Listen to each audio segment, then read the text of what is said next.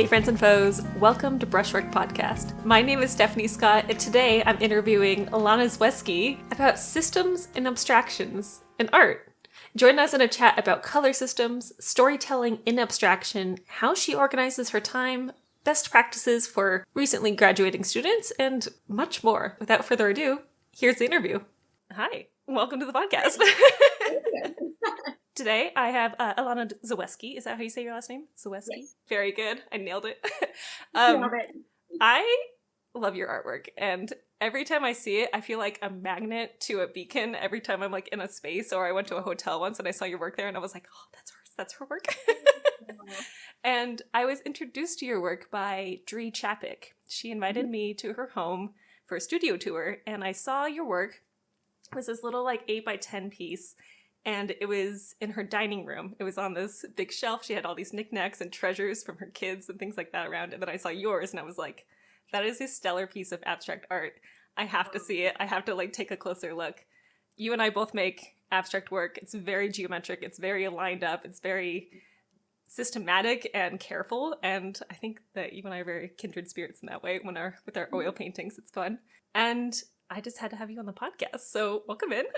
Yeah, thanks so much for having me. Yeah, your work is really, you have a stellar color control. Whenever I look at your paintings, I'm like, you've nailed the saturation control, you've nailed color stories, and you always have a very limited palette. I'm pretty sure you work with like 2 or 3 colors at a time, pigments even at a time. And it's always quite stunning. How did you develop that color control? How did you develop your skills? Not only as an abstract painter, but just as a colorist in general. Yeah, so I would say that color is like more than 50% of my reason to go to the studio at all or to make paintings at all. Anytime I start a new painting, it's often started with this idea of a certain color thing I want to try. So it's a huge part of my experience as an artist. And it's a really big part of my experience as a teacher. And I think being a teacher really helped inform my studio practice, because once you start having to explain things to students, you really have to understand them, instead of just like, oh, I'll just see what happens. Just do it. Yeah. So, once I started teaching color theory classes, that kind of like sparked this interest in me that then became really deep, a period of really deep research, and then a lot of experiment to go along with the research. I took color theory when I was a student, but it was so disconnected from like the actual act of making art. It was, it was too conceptual. And colors don't behave in paint in the same way that they do in concept. And so it took me a long time to kind of link those two things. And then once I did, it happened at the same time I became an abstract painter, and it all just kind of like went hand in hand and kind of skyrocketed from there. And if you were to talk to any of my students in any of my classes, they would probably tell you that the number one thing that I am emphasizing in all of my classes is color theory, even though most of them are not color theory classes. Yeah. Even in included drawing, I'll talk about color theory. So it's a really pervasive part of kind of who I am in a lot of different ways. And yeah, so I do work with limited palettes. I don't think that there's any such thing as an ugly color combination. I don't think there's any such thing as an ugly color. And sometimes I'll try specifically to choose ugly colors with the challenge of making them beautiful, because in my opinion, all colors can be beautiful with the right context. So it's all about context and how color relativity and how the colors inform each other. I was just at the farmer's market today, and the guy, I don't know how we started talking about that, but a guy I was buying bread from said that you should never put purple and green together. And I was like, that's such a funny rule, because like, what kind of purple and what kind of green? Are we talking about lime green? Are we talking about eggplant? It's like, and I was like, what a great challenge. I would love to make a painting that was purple and green just to see if I could do it. Yeah, so I think it's color relativity is something I think a lot about. And then it just interesting color relationships. Like if you have my favorite color relationships just between 2 colors is to see how extreme I could make them in all the 4 aspects of color without them becoming different hues. So if I had a really warm, saturated, light green and a really dark, cool, desaturated green, and they're both green, and then they bring that out in each other. And they look even more, one looks even more warm, one looks even more cool. And we're kind of watching that magic happen as they interact with each other on the canvas is a huge part of the magic of painting. And I think color is just magical. It really is. I feel like all abstract art is just one color relationship with another. And there's nothing like sexier to me than two colors that are so close together, but so very different. And it's extremely fun. Yeah. You did portraiture before this, before abstraction. Is that right? I did. Yeah. The whole time I was a student, I was, for all through undergrad and all through grad school. And my grad school was 3 years. So I had 7 years of teachers being like, why are you making figurative paintings? And I was like, I'm going to make figurative paintings. Don't tell me what to do. Don't question my methods. What a student thing to say. So classic. And I held on to it for so long. I was so stubborn. And then, like, within 6 months of leaving school, I became an abstract painter. It was like, I just needed to, like, stop having people push against me. Yeah. And then I was like, oh, okay.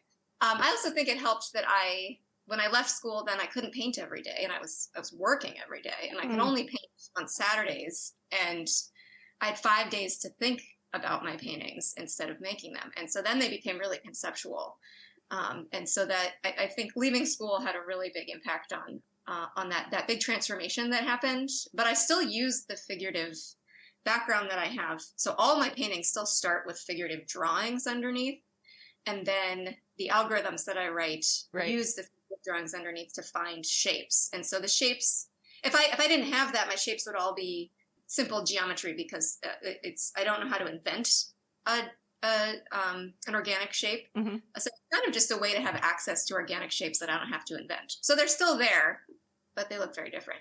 That's really similar to how I got into abstraction. I was doing representational work, and then I went to a residency and I did landscape painting forever. And then my teachers were like, your color control sucks, Stephanie. And I was like, oh, okay.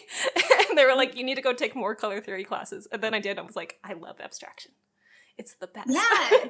Yeah. Once you get into color theory, then you're like, I don't need anything else. I just need the color. It doesn't need to look like a thing.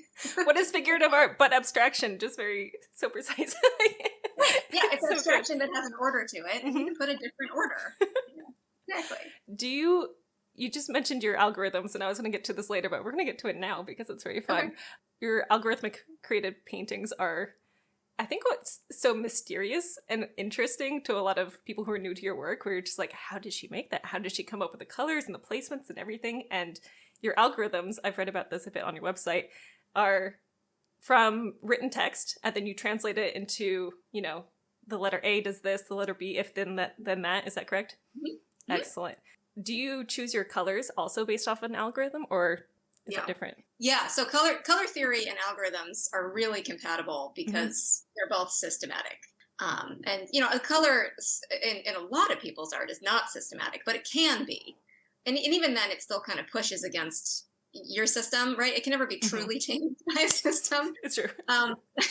Which is another thing that's so fun about working with it. But they're very compatible. One of the color theory things, or one of the color things I use that's not color theory, but that just became a built-in part of my system out of convenience, maybe, is that I have synesthesia, in that I can see, whenever I think of numbers and letters, they are automatically just colorful in my mind. Really? That's cool. Yeah. So I know some people have really intense synesthesia where they taste something. So mine's not intense, but it's consistent enough that I can easily order things. Like A's are always red, and E's are always blue, and D's are always purple. Right. Yeah. So it's I can so easily systematize that. So even though I might not have red, blue, and purple in every painting, I can break it down into warm, cool, and neutral. Right. And so then, then I can categorize that based off of the temperature use in my palette, whatever my palette is. That's like a superpower. That's so cool. It's super convenient. Very, very convenient. You're just like, oh, I just know. It's just because that's the color it is.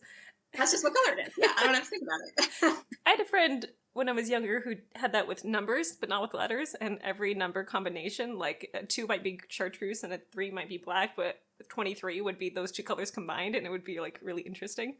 And and so that reminds me of that. That's pretty awesome. When you take your texts that you're pulling this from, are they things that are self-written, or are they things that you've pulled from other people? Yeah, so they come from different sources. They have historically come from different sources over the time I've been doing this type of work, which is maybe 8 years or so. So when I started, I was deliberately interested in text that was random. So I like if I found somebody's to-do list on the bus that they just left. Yeah, yeah. I was just so interested in like, this had meaning at one point and now it's meaningless. And it's not extraordinary. It's incredibly ordinary, right? Very human. And then, and then I would like roll dice to like pick a book off of my bookshelf or like, to find a certain page in the phone book, like back when we still got phone books delivered to our door. And then I would see how that could align with some sort of extraordinary meaning that I was considering at the time. And sometimes it did, and I just loved those coincidences. Then I started working with text that I found particularly enraging and abhorrent, like really, really powerful emotional response from me. Yeah. That I wasn't seeking them.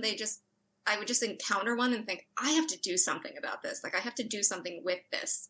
That's when I started reordering the texts, where I would take the document and put all the letters in alphabetical order, sentence by sentence. Yes. And I actually did one art piece, conceptual art piece, where I just took a 10-page document and just did that to the entire 10 pages, and that was it. I didn't make a painting. It was just like this like, nonsense document. It was like a huge labor of love, right? It took so much. I do it. There are probably programs that can do it, but I do it by hand. And so then I would work with both forms of the documents, where one would be able to cause harm and one would be complete nonsense and had been totally disarmed. And to me, that felt empowering, where I felt like there was something I could actually do about these things that I felt like were not okay. Mm-hmm. And I've kind of stopped the reordering thing, and I'm experimenting now with like putting in personal data or personal documents that then are combined with these larger, bigger picture documents, and still trying to figure out like how I want to present that, because to me, because these are things that are really feel very personally enraging. Yes. And are oftentimes very political, but I'm not a political person. Mm-hmm. And so I don't feel like it's okay for me to be a political artist because I'm just like not competent enough. That's interesting. So I'm still kind of trying to sort through how I want this to be presented. But I did have one thing I was thinking about recently. I've got to show up at the Taproot Theater right now, and the woman who curated that wrote a statement for me after doing a studio visit and having these conversations with me. And when she first wrote her statement, she said I was using text that was using hateful words. And then I wanted to correct her, and I was like, okay, so where did she get that idea, and why is what I'm doing different than that? And I realized it's because the texts that I'm dealing with now are things that are not categorized as hateful. Mm-hmm. They are things that kind of melt invisibly into our culture, that we are just accepting culturally. Yeah. Can you give me an example? Yeah, that's a good question.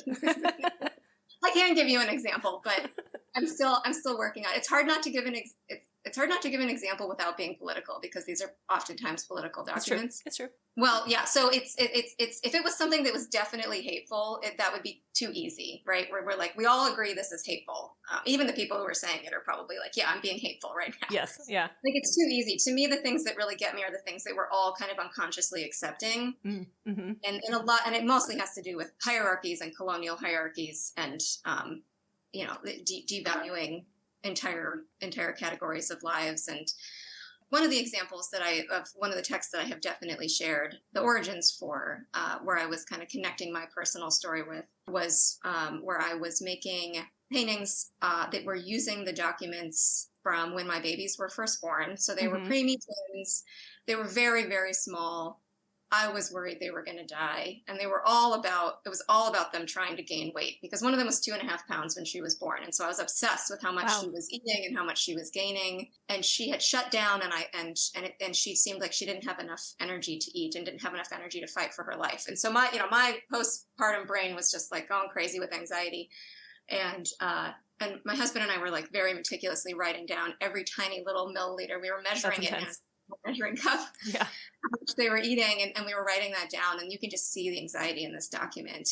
And so I used that once we kind of got out of the weeds, mm-hmm. and now our babies are doing fine. I could kind of then like reflect on that time and use that document. And it was about how much milk they were consuming, right? And mm-hmm. so then I put that with a document that was explaining how to ecologically dump thousands of gallons of cow's milk. because of pandemic supply chain issues. Wow. And so what seemed really poignant about that is that in order to get that milk from those cows, they had to be lactating. And in order for them to be lactating, they had to be mothers, which is like, that's one of those things we've got a veil over our eyes for that. Like, we don't really connect the fact that anytime we're getting milk from a cow, she has to have had her baby taken away from her in order for us to get this milk. And then the babies get taken away and they get turned either into more dairy cows, or if they're male, they get turned into veal. And it's just this really tragic story for this acquiring of milk. And then we dumped it, right? Wasted. And then there's all it's like it didn't even benefit anybody. And then there's all the pain of the pandemic, and there's the pain of these, and the way that we're treating lactating bodies, and then how that connected to how I felt about being a lactating body. Yes. My concern over my babies not getting enough milk, these mother cows not being able to give their babies any milk, and then the milk just being dumped in a way that could even cause a complete ecological disaster. I mean, it's just like pain across the board that I could kind of connect from my personal experience with this much bigger issue that is hidden in our world, completely hidden. Like, we accept it so easily because of the way that the society is structured. So that's the example that I can give now, but I'm still kind of holy cats example. That's a really good one. And I imagine that almost every single one of the paintings you've made recently are like that, with stories like that, right? Yeah. Wow. Dang, that's intense. That's awesome. It's That's really cool. Right, but these are things where it's like, I've got really big emotional feelings. Yeah. And so what I do is I'll turn them into this logical, colorful, ordered, beautiful thing, right? Very like attractive. It feels like this total, complete transformation. Yeah. And control and empowerment, right? You know, sometimes people ask me, like, why don't you paint about nice things? You know? I would never ask you that, but that's hysterical. Every once in a while, I'm like, the transformation is what's so valuable here, right? That it goes from seeing something that I don't have any control over, that I find so upsetting, and then I can just turn it into something beautiful. It's beauty, it's awareness, it's interest, it's being seen more than it was before. It is doing something, and that's very, very cool. I just want to absorb that in for a second. That's really cool. I feel like you should make Instagram shorts describing some of these paintings that you've done, especially the older ones that you feel a little bit less closer to. Yeah. Okay. Yeah, I did have a written statement about that series. It was called Don't Die Over Spilled Milk, and I made 5 of them. Yeah. And kind of a catchy title that was really long and hard to type out. But I don't know if people always read that. So, making a video is a good idea. It's a good idea. I feel like many people really connect to subjects like these, and they do feel hopeless, and they do feel like, okay, I could make a pretty painting, but I just am so... You get into the doom scrolling thing on your phone, right? You get into like that anxiety that you're like, okay, I have anxiety about my children, I have anxiety about my family and finances, but I also have this outer world anxiety that's so intense, and it hangs over every decision you make, and it's like, it's tough to be alive, folks. It's tough to be alive. And the scale of concern too, where it's like my concern, my world was so it was like between me and 18 inches away from this baby that I was like, eat, you know, I was just pleading with her to eat, and then she'd spit up, and it felt like it all came back out. And I just was counting every single calorie, and, you know, so it's like, I've got this world that is so close and closed in. And then there's this outer world of like, there are millions of cows that are experiencing this every day. You know, it's like, it's so hard to fathom. It's so hard to fathom that we want to just kind of like forget about it. Yeah. Right? Yeah. The personal tragedy versus the global tragedy. It's how do we reconcile, especially in the age of information where we know all these global tragedies? It's one thing I definitely learned during the pandemic was learning how to self-censor what I was being exposed to, because what I was seeing or viewing would absolutely come through my art, whether I wanted it to or not.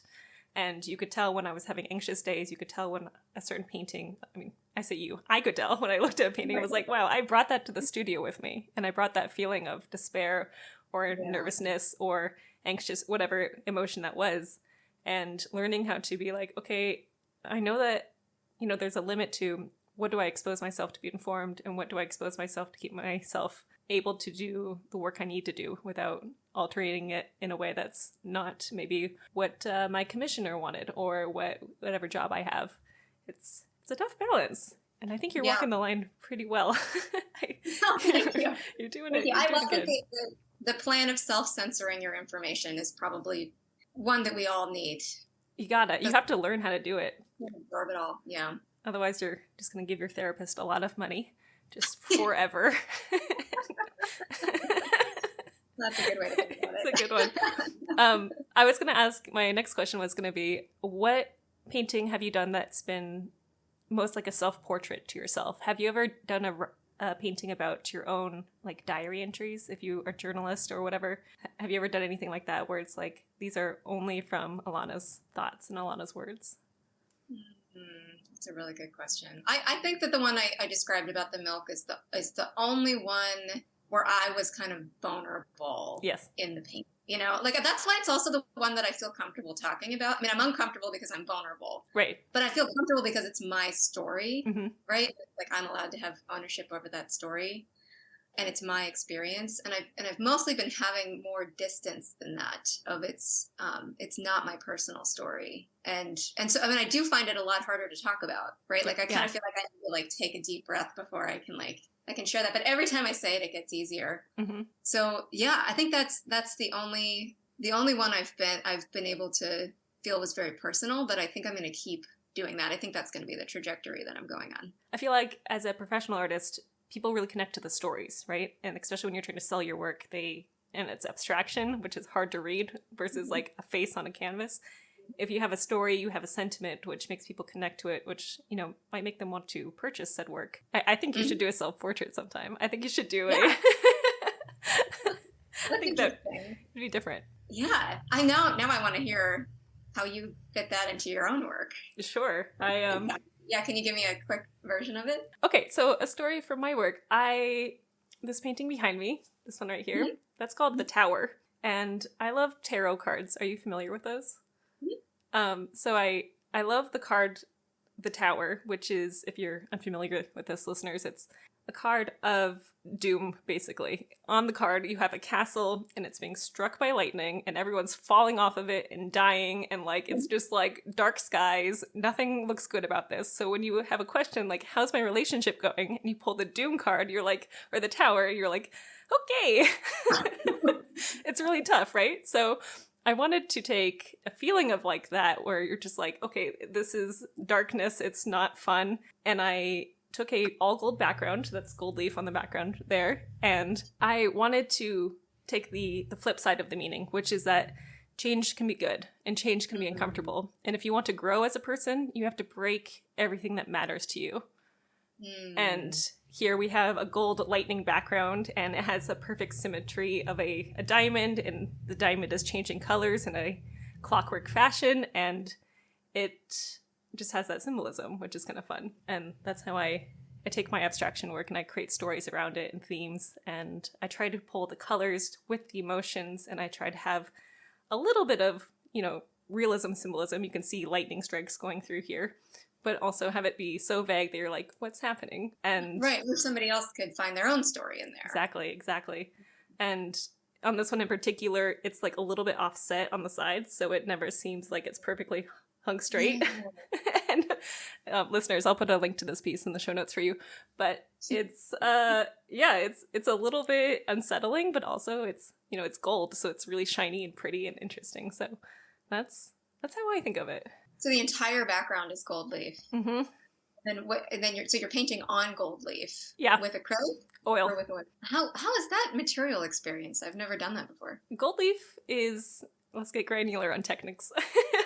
Gold leaf is extremely slippery, so you put it on, and then you put the sealant on so it doesn't, like say you're using copper leaf that's gold sheen, it'll tarnish, or if I'm using real gold, it's very delicate, and it kind of puts on like tissue paper that like is also cotton candy and water. If you like touch it too much, it just evaporates, and you're like, where did it go? it's like really kind of tough, but very fun. And then you put the sealant over it, and the sealant I use has a little bit of tooth to it. It's almost like a clear gesso, so it'll hold on to the oil paint better. But if you're not careful, the gold leaf scratches off really easy. And so when you're painting it, you have to be very, very delicate. And this painting has a million little scratches all over it, which I think adds to the theme of the tower, which is fun. Well, there's a total conceptual theme there. And yeah, and then you put the varnish over all of it, and it looks like really cohesive. But yeah, it's kind of fun. Yeah, I like the idea of it being delicate, and so the process of trying not to scratch it is in. There's like this goal and this like maybe anxiety, and it's impossible. You will scratch it. Exactly. That feels like a nice like metaphor for life. We want everything to be perfect, and we try so hard, and then it's not perfect, and it's never going to be perfect. Hi, my name is Stephanie, and I'm a perfectionist. And it's not going to be perfect. It's really good. I had it up at a show recently, and someone brushed their jacket against it, just turning, and there's a big scratch on it that I have to fix now, and I'm like, it's cool. It's cool. Yeah. Wow. Thank you for sharing that. That's so interesting. That's my little art. Yeah, all of my paintings have stories. I like to have fun stories. Like one time my ex-boyfriend called me and was like, let's get back together, and I was like, no. And so I made that into a painting. Is it called No? Yeah, basically. And I have another painting that I made about, like, I was afraid of the dark when I was a wee lad, and so I made one called Nightlight, and it has, like, kind of the, like, seeing a nightlight in a hallway, like, way down in the distance. It feels like that, and it looks like that. So that's kind of fun, but I like stories like that. Yeah, so you have shape and color that is affected by the story. For sure. Mm-hmm. That sounds really. That takes a lot of creativity, and what I like about my work is it does not take a lot of creativity. You're like, I want 0 choices, and I'm like, give me all the choices. Yeah. That's so interesting. What a contrast! It's pretty fun, especially with work that looks pretty similar. You know, between your work and mine, and the approach just sounds like it's on opposite ends of the spectrum. Maybe we should do a painting collaboration sometime. Like you do half, and I'll do half, and we'll see what that looks like. Yeah, could be fun. All right, my next question for you is, what does a typical day in the life of an artist look like for you? Like, start to finish. This could be a teaching day. This could be a not teaching day. Whatever it looks like. Yay. It's great. It's a great day. I'm going to describe a studio day because I think describing a teaching day sounds pretty boring. Okay. Well, my days always start with taking care of the babies. I get them up at 7:20. I've got this, like, routine where it's like if it's 7:23 and I get them up, I like get anxiety, and that started because I wanted to get them up at 7, and I was like 7:15 is basically the same as 7, and then I was like, well, 7:20 is basically 7:15.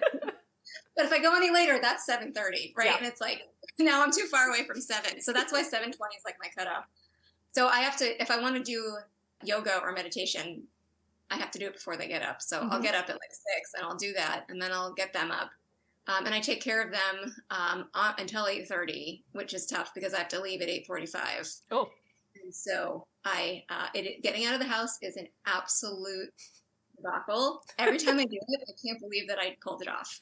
It's a complete disaster. You're like, I'm the winner. Everyone celebrate me. And I'm always like just on time for things. I will never show up early. It's never going to happen. Or maybe like 3 to 5 minutes late. Yeah, so there's like a Herculean effort that occurs before 9 a.m. Nice.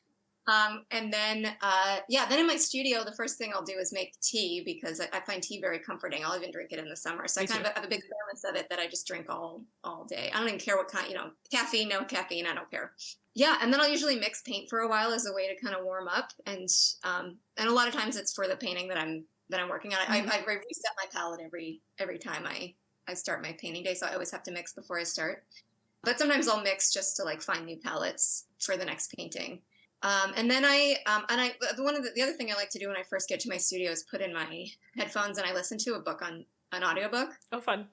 Because what I like about them is they're really, really long. Podcasts, it's like every hour I have to make a decision about what else to listen to, and I just don't like that interruption. So I like how long the audiobooks are. I can just go all day. And I'll put it in, and it kind of focuses me because then I kind of stop having these internal thoughts that kind of drag me around. Yeah. Yeah. So I'll kind of do that just to get myself focused. It's not like I wait until I'm ready to start painting.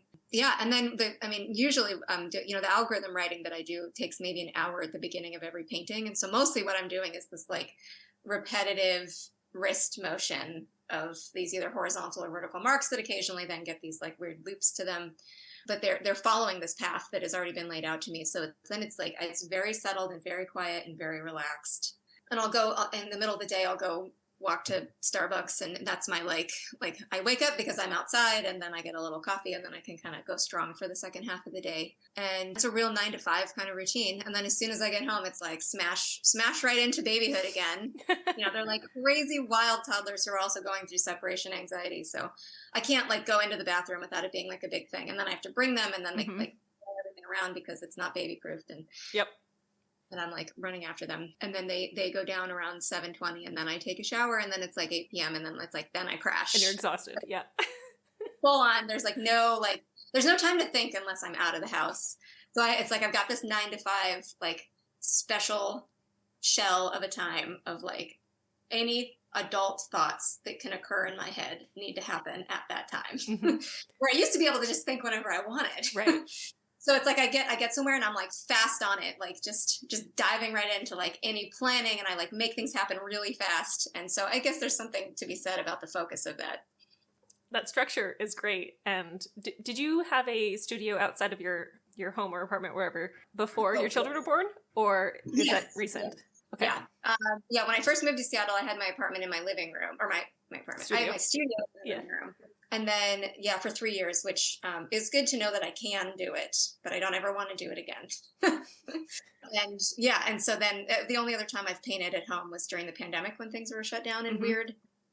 But yeah, now I need to leave the house just to like let any thought enter my head that isn't, hey, stop that. It's good. It's good. Having that transformation just like on the daily, like a tiny over like, okay, I'm transforming into the artist self, which is outside of my home self. It's distinctive and really good. I also used to listen to a lot of audiobooks when I painted, and if you're listening and you're a painter, you're like, you want to focus, they're so good at getting you to focus. They are. It's kind of magic. And you then train yourself that when you hear an audiobook, you are ready to paint or draw or whatever. Like, yeah. It's really great.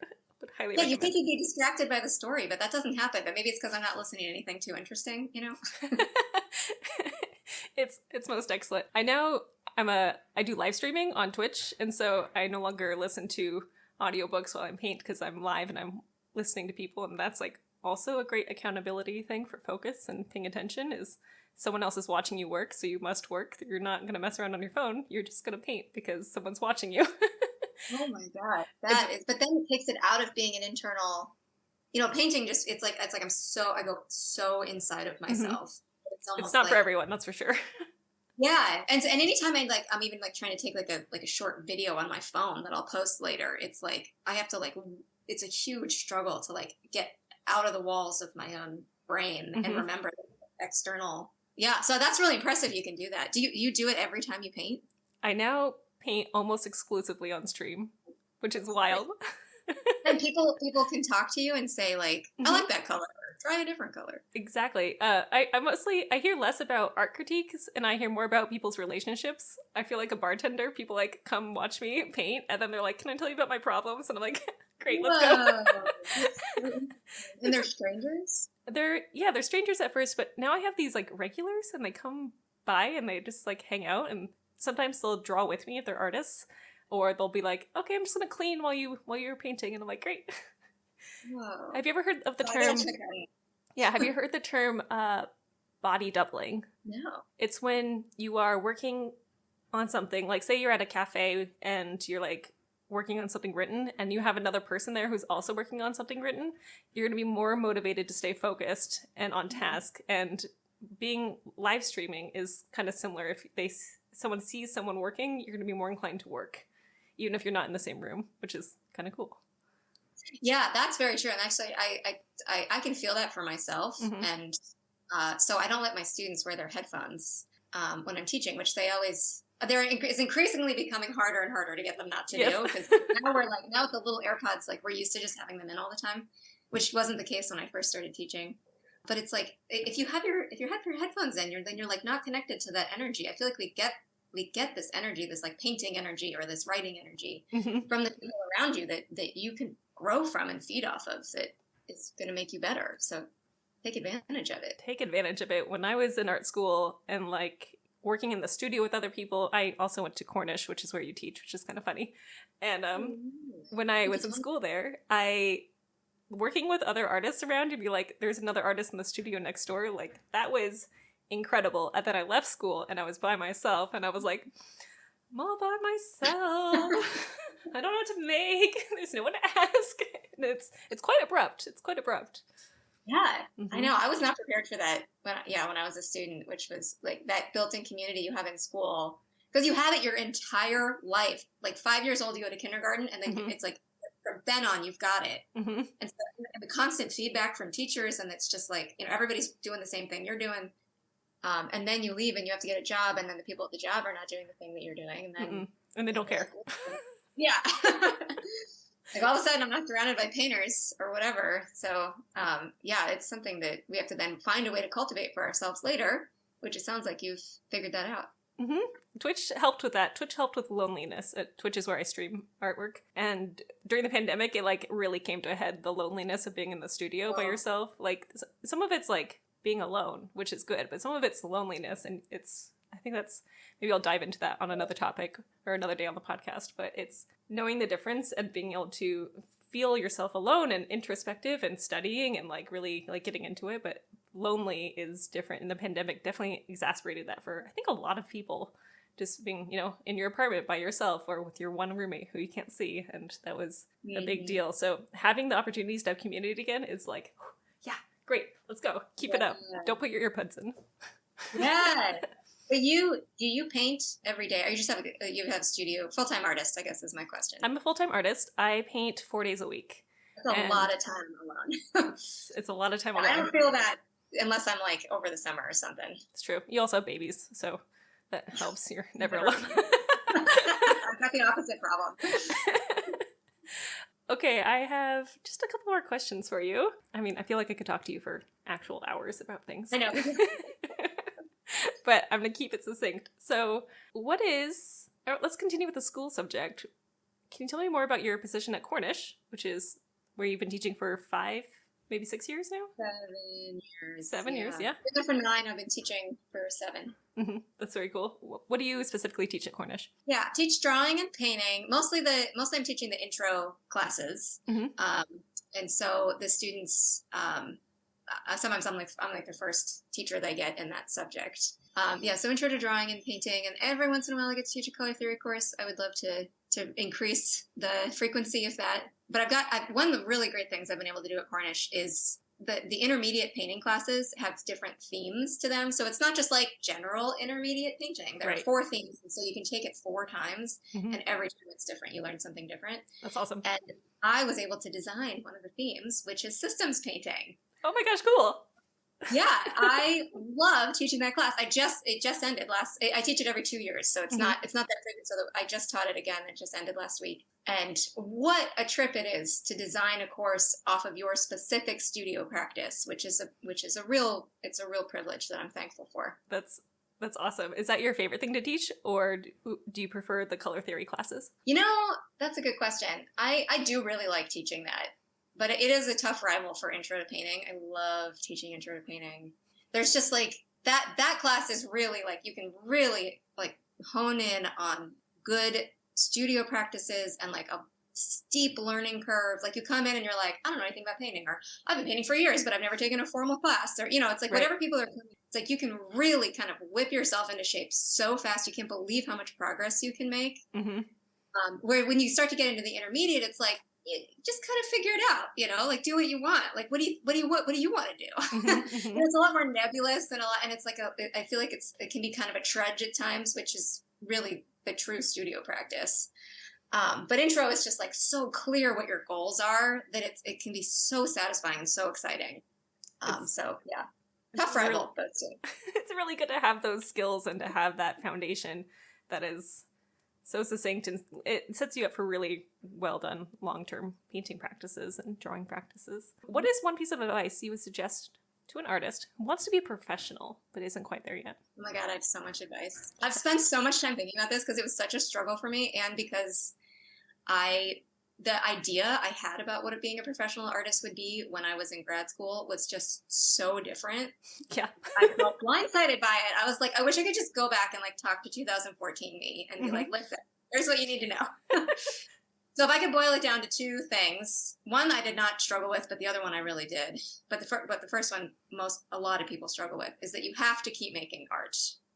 Yes. You just have to keep making it. If you're unmotivated, if you're tired, if you have to work 40 hours a week, if you don't know anybody else, if you have to work in your apartment and you have a 1-bedroom apartment and you're working in your living room, which is what I had to do, you just have to keep doing it. You have to, and make a schedule and then stick to that schedule. I painted for 8 hours every single Saturday for 7 years. It was only once the babies were born that I stopped painting on Saturdays. Yeah. And so anytime a friend wanted to hang out with me, I was like, great, I can do Saturday night. I never did anything on Saturday during the day socially. It was like total, because I was working Monday through Friday. So I was like, what else am I going to do? I got to paint. Like I can't not paint. So you have to keep making the work, even if nobody's seeing it, nobody's buying it, nobody's praising it. You just have to keep doing it because eventually something will happen. You'll catch on to something good.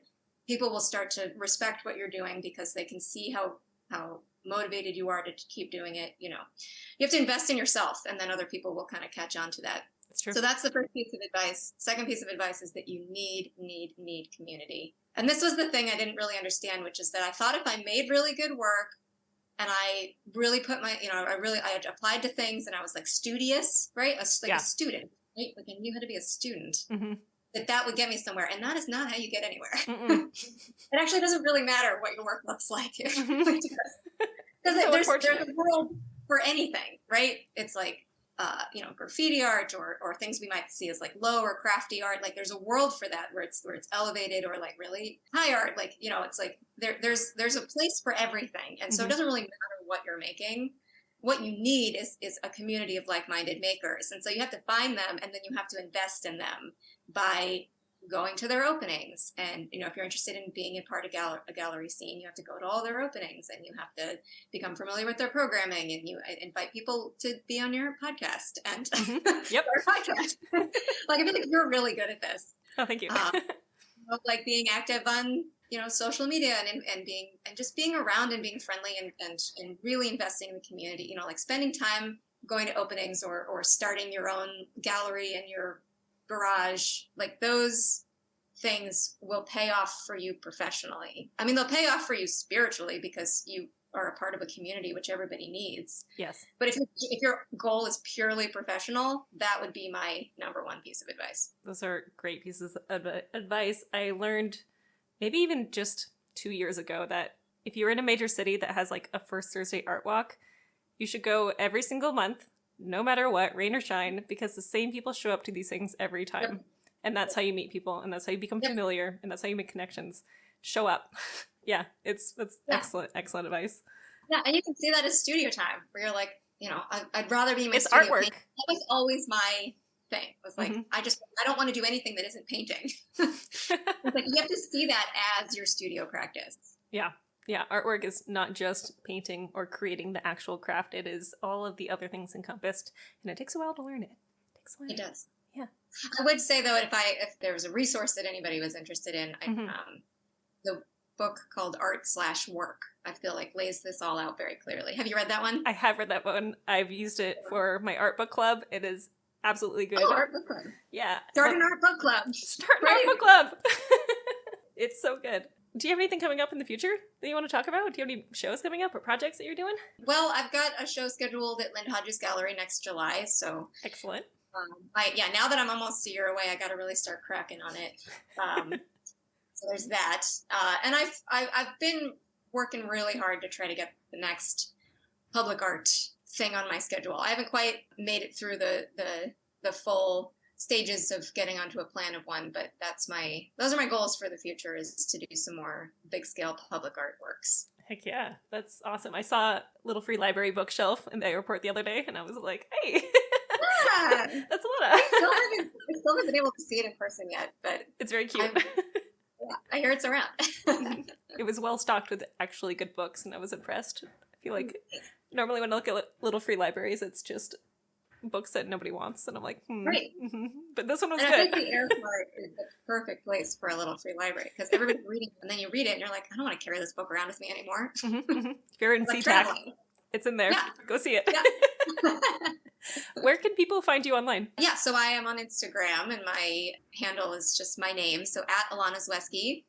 My name starts with an I, which looks just like the lowercase l. So Mhm. people think my name starts with an L sometimes. So spelling my name is the challenge. Don't worry, friends and foes. I will put it in the description so you will not mess it up. Right. And then we have a website, which is just ilanazweschi.com. And I think, yeah, I had a TikTok for like a month and then I got rid of it. So end of list. Classic. Very good. Well, thank you for being on the podcast. And yeah, that was great. Thank you so much for inviting me. I had such a nice time talking to you.